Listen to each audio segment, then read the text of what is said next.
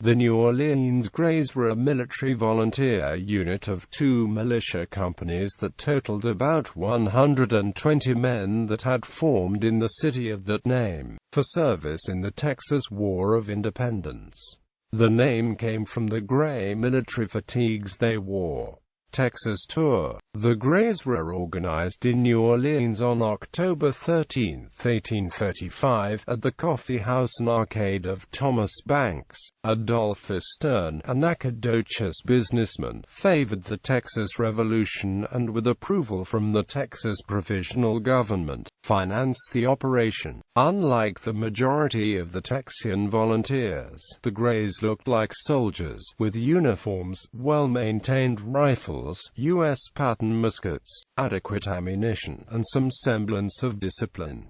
One unit of 54 Grays under Captain Thomas H. Breach and a second composed of 68 men under Captain Robert C. Morris, as well as several companies of Texians who had arrived recently, were eager to face the Mexican army directly. The Grays had brought an extra special piece of equipment along with them, a 18-pounder cannon. The 18-pounder had arrived at Velasco with the New Orleans Grays aboard the schooner Columbus. It had been left behind when the Grays realized that they had forgotten to bring any cannonballs for their oversized artillery. A special convoy was sent by Philip Dimmitt, commander of Fort La Bahia, to retrieve the cannon. A party of 20 men were tasked with the mission to haul the 18-pounder cannon from Dimmitt's landing to San Antonio, to use during the siege of Beira.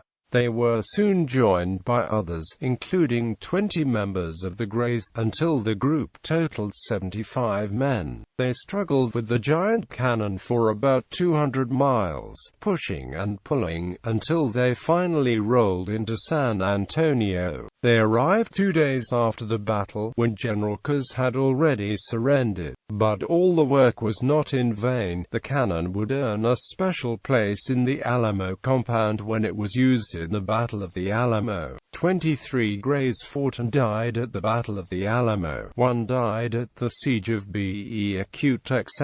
21 were lost in the Goliad campaign, and 7 Grays served at the Battle of San Jacinto. According to Thomas Ricks Lindley's research, up to 50 of Fannon's men, most of whom primarily had been in Thomas H. Breese's company of New Orleans Grays, left Fannon's command in Goliad to go to the rescue of the former associates at the Alamo. Lindley believes that on March 3 these men must have joined with the Alamo Advance Relief Company under John Chenoweth and Francis L. Desorg, as well as with Juan Seguin and his Tejano Company. That afternoon, the entire group joined with the Gonzales Relief Unit waiting at the Cibolo Creek, 35 miles from the Alamo.